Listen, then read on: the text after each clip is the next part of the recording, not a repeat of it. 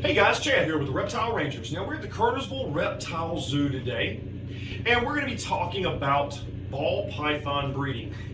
Alright, now, first I got to say this. There are so many ball python breeders out there. This market is oversaturated with freaking ball pythons. Lord have mercy. In some cases, I don't even know why you'd want to breed ball pythons. But if you do, and I do like ball pythons, I've got several that I breed just simply for the fun of breeding them. A couple of personal colors that I like, albinos and blue-eyed Lucy's.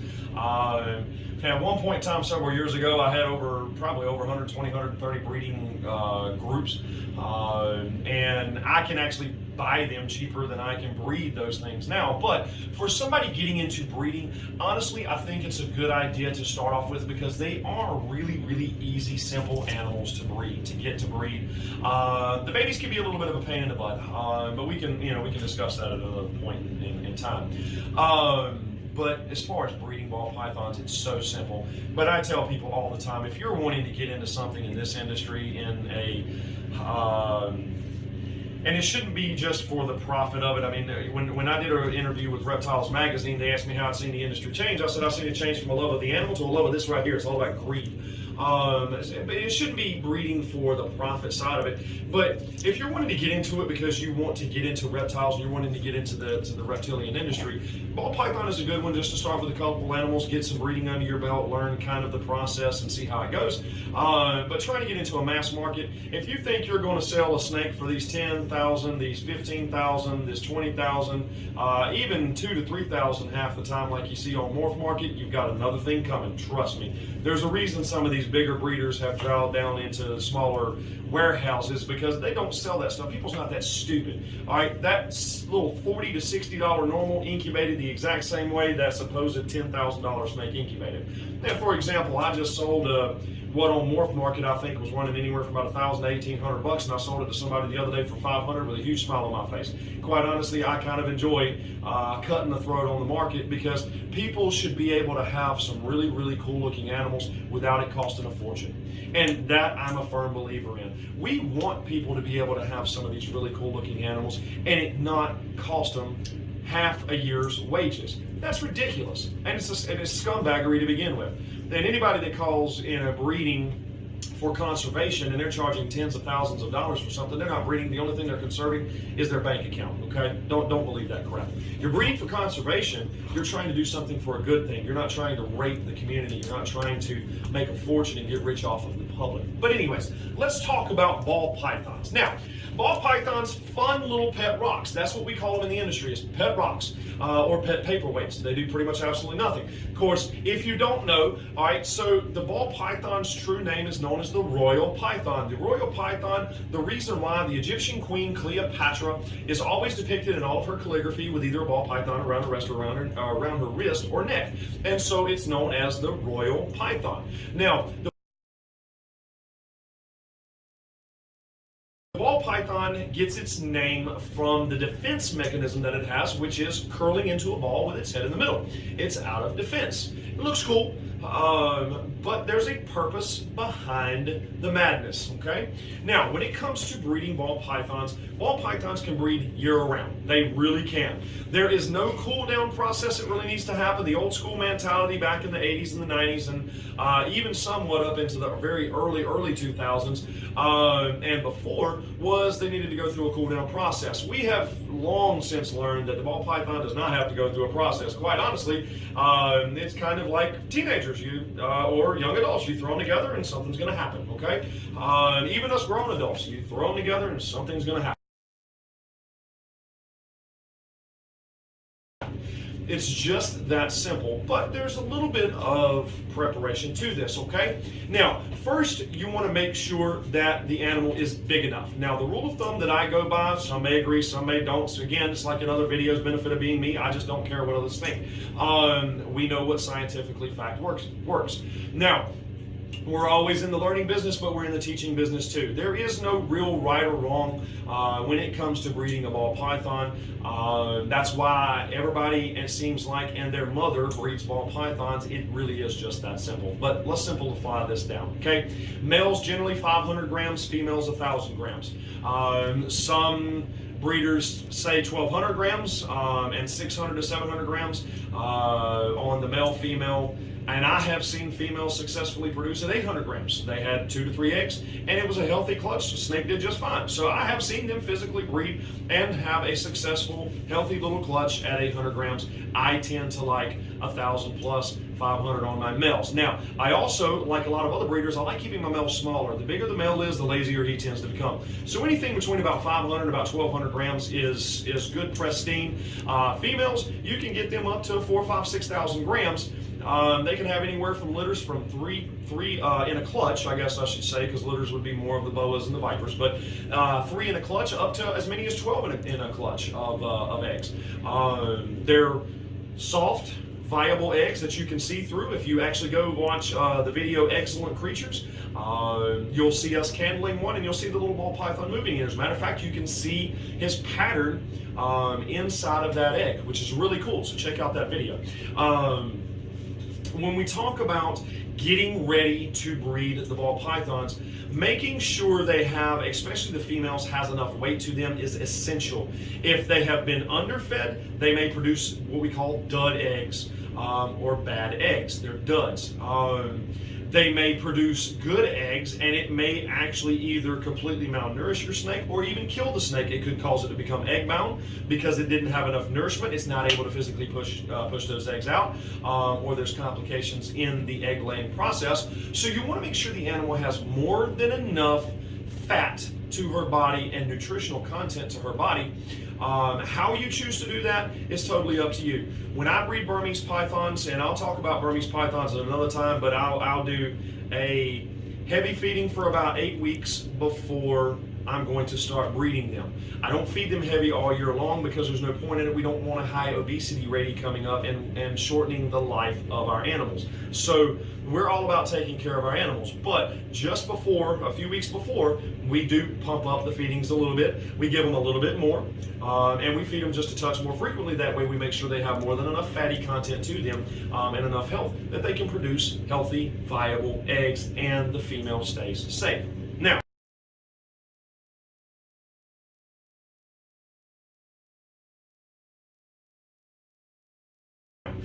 in rack systems, most people are going to use rack systems, whether a 4-tub rack, a 5-tub rack. In some of our cases, we have 22-tub racks.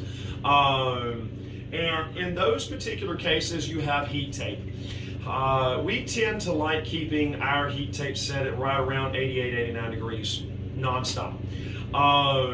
Some people will do a slight cooling off process, maybe 85, 83. Or maybe they turn the light off in a little bit more of a day-night cycle. Quite honestly, doesn't really matter. And if you want the realistic truth beside this, whenever it's fixing to rain, you got a storm coming through, open up your doors, open up your windows, the snakes will feel the barometric pressure dropping. They're going to feel that rain, especially once it starts raining. They feel that moisture in the air. You throw them together, I almost guarantee you they're going to lock off.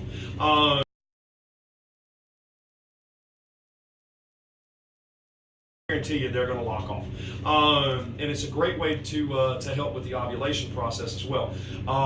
Is that rainy season? There's a couple of ways you can do this. If you only have a few females, when you have them in the rack system setup, you can watch your females and see what's called an ovulation swell, okay? You know you haven't fed that snake, but all of a sudden she's big as a balloon in the lower third of her body, but it's only going to be for about 24 hours, okay? It's called the ovulation swell. When you see that swell, if you can catch it in that swell, put a male with that female, that is when they get pregnant. In the cases of a lot of times in bigger breeding facilities, it's hard to catch that ovulation swell. So what we'll do, and what others will do, is kind of an on-off system. Females can store sperm for up to a year or longer. So I mean, it doesn't really matter when they mate. Yes, they can physically utilize the sperm and produce babies in for a long period of time. Okay, after mating. Now, what we'll generally do is for 3 days unless we see a physical lock and unlock, okay? So we put the male with the female, okay? We put the male in the female's pen, he goes over, he locks off. If we see that, we'll watch him until they unlock. Once he unlocks, if it's within 12 hours, 48 hours, we'll go ahead and pull the male back out, put him back in his pen, or we may put him in with another female. Now, if you do not see an instant lock, a physical lock, then we'll leave them in for 3 days. Or if you just don't have the time to go watch them every single second, like some of the bigger facilities and zoos and places like ours, we just don't have the time to watch them every second. We'll put them in. 3 days later, we pull them out and we put them in with another female, or we may put him back in his own pen and give him a rest, okay? So 3 days on, usually it's 3 to 5 days off, giving him a chance to rest. By the ovulation swell we were talking about before, at some point in time, you're generally going to catch that ovulation swell, or she's going to utilize the sperm when she swells, whether the males and females are together.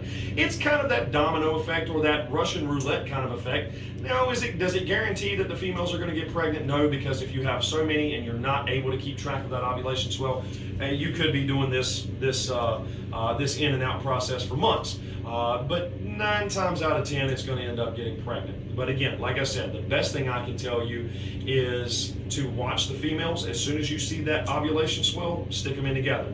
When you see, or you have rains coming, you have a storm coming in, the beginning of the storm, all through the storm, and after the storm, put those little jokers together. They love to breed in that kind of situation. Okay,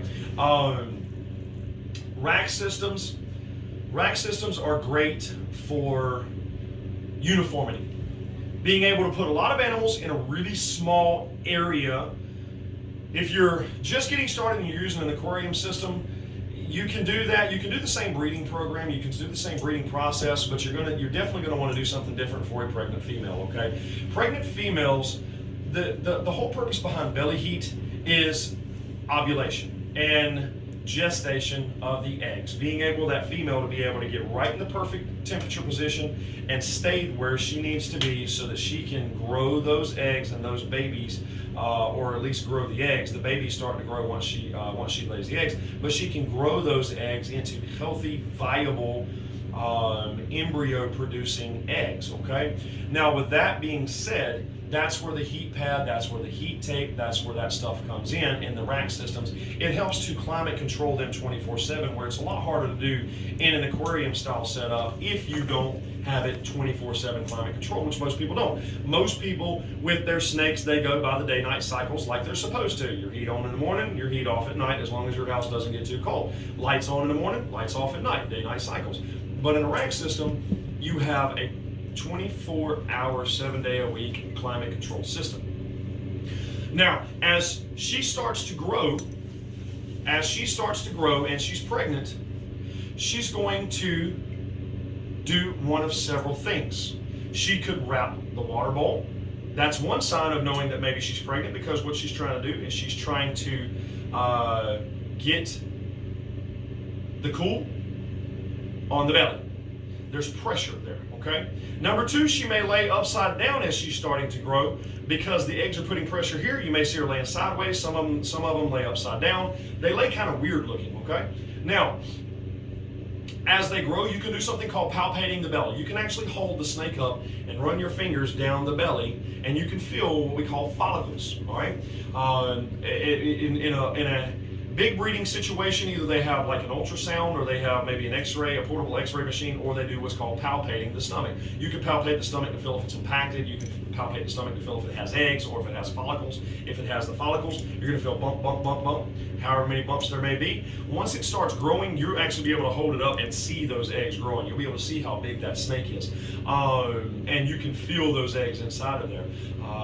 You can give a nesting box. Some people give nesting boxes, some people do not. In rack systems, 9 times out of 10, you don't really have to give any kind of a nesting box. As long as it's warm, she's going to spit those eggs out, and most of the time they're going to wrap clean around them.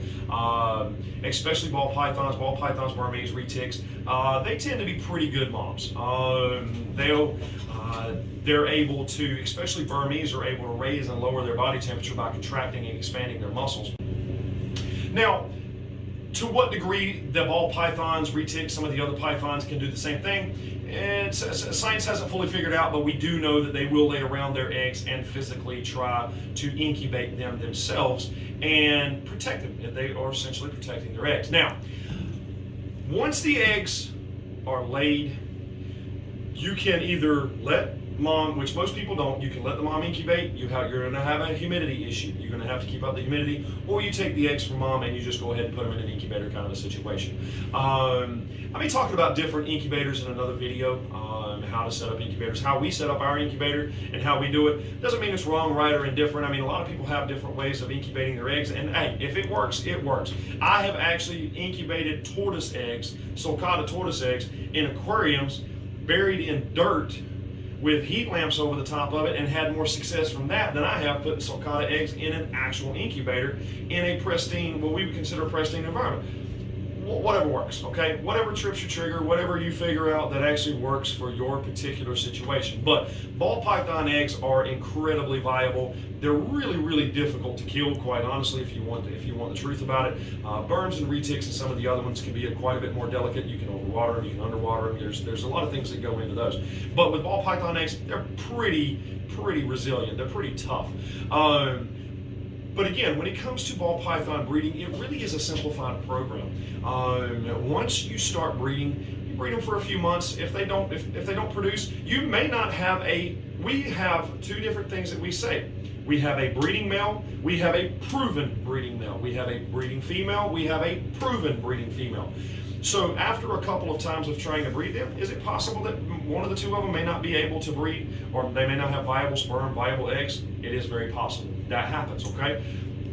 Don't spend too many breeding cycles on one, or too many years. If one doesn't produce after a couple of years, then the chances are they may not be able to.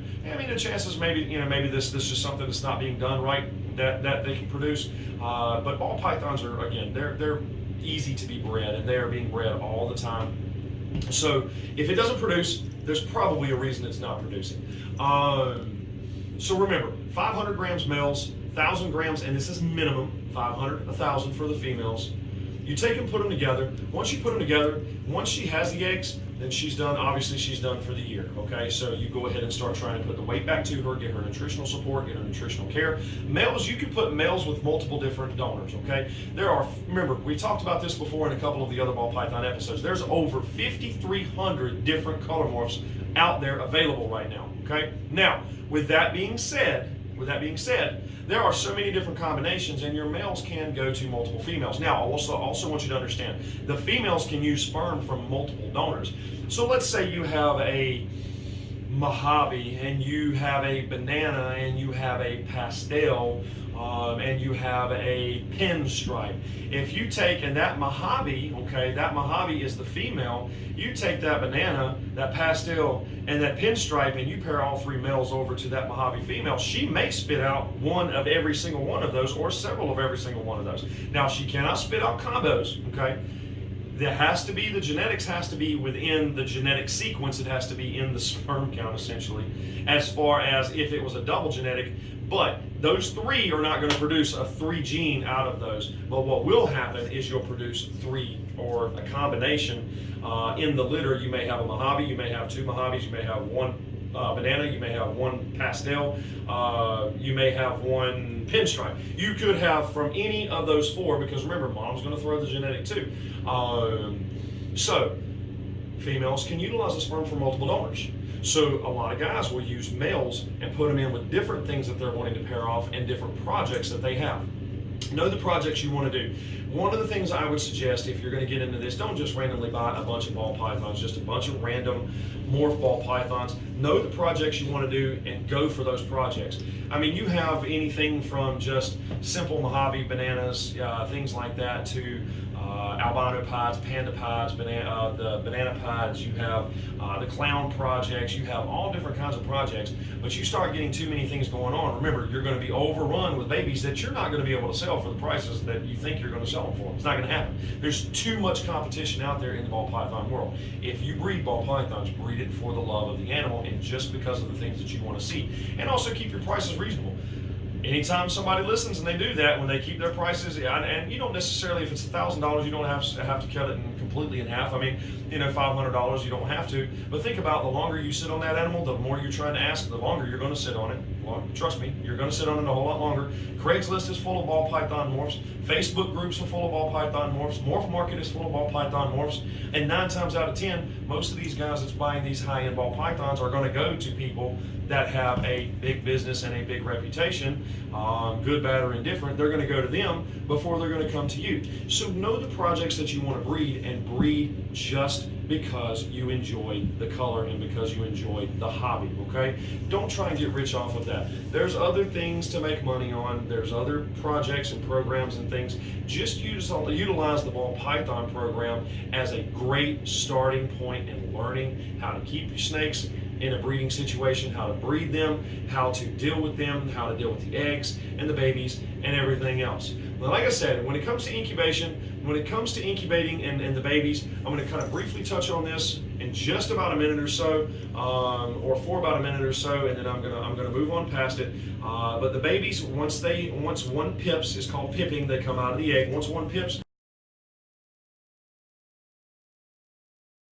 you can go ahead and help the rest come out. I'll cover that in a whole nother video, another point in time. Don't just go cutting eggs open, okay? Please don't do that, because you will kill those snakes or those lizards. But once one pips, you can feasibly go ahead and start pipping the rest of them. When they come out, the biggest batch of scum in this industry are these companies, and even some of your small breeders that will send their babies before at least 14 to 20 days old. One of the things that should happen and must happen, but doesn't always, is after 10 days, after they're born, they come out of the egg. Generally within 10 days, they shed for the first time, somewhere between 10 and 14 days. It's called the very first shed cycle. Then they're supposed to be given their first meal, because they're not going to take their first meal until after their first shed. But a lot of people will send them fresh out of the egg. They're in shed cycle. Oh yeah, it's had 2 meals, it's had 3 meals. See, it's in shed cycle right now. They're lying through their teeth. And then when that snake doesn't eat, and then you're having to come see somebody like myself, and which 9 times out of 10 we can get them to eat, but sometimes those snakes will refuse to eat. They have issues going on. They'll have something happen. They just refuse to eat. They end up dying. And guess what? That company or that person ain't going to replace it. They're not going to do anything about it, and they already made the money off you the first time. So trust who you're getting it from too. Babies, I do not like babies at all. Hardly ever do we sell babies, because they're not necessarily the easiest thing to upkeep, and especially with people that's not always going to keep them the way they're supposed to, it makes it even tougher for them. We will sell babies, and of course, like a lot of other people, but again, it's not as often as most of the companies. We're not in this for a puppy mill kind of a situation. It's not about a get rich quick scheme, all right? So when the babies come out, they need to go through their first shed. Then you offer them their first meal. If they take their first meal, then I typically tend to like doing a second meal, and then they're ready to go. As long as they'll take a meal or two, then we know physically they'll eat. We know physically they're in good condition, and they have a meal inside of their system, and they will take a meal. Then you can send them out, okay? So again, getting the very first meal into them sometimes can be difficult. There's tricks to the trade, and of course every breeder does things differently, and sometimes they do 2 or 3 different things, just trying to tease and get the baby ball python to eat its very first meal. But like I said, general rule of thumb, there's a reason there's so many out there. They are a very, very easy snake. They're a very easy snake to breed. So if you're going to get into breeding them, remember, don't get into breeding them trying to do it as a business. There's way too many people doing that as it is. It's just not, you're not going to do it, okay? But hopefully this has been helpful. Hopefully this has been some easy, simple insight into just the simplicity of being able to breed ball pythons. Now, again, this is Chad. We're at the Kernersville Reptile Zoo and Medical Center with the Reptile Rangers.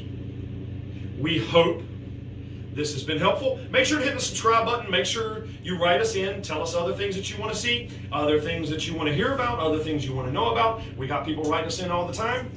We look forward to seeing you either on the next episode or at the zoo. Later.